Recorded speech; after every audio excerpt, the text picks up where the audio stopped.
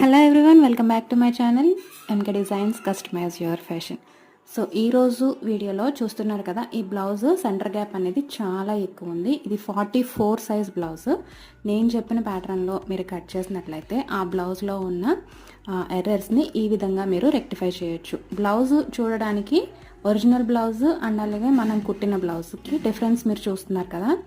So చాలా errors ఉన్నాయి. మీరు కుట్టిన తర్వాత ఈ బ్లౌజ్ని చూసి చాలా చిన్నగా ఉంది అనుకోవద్దు. ఆ సెంటర్ గేప్ ఏదైతే ఉందో దానివల్ల కింద బ్లౌజ్ పెద్దగా కనిపిస్తుంది.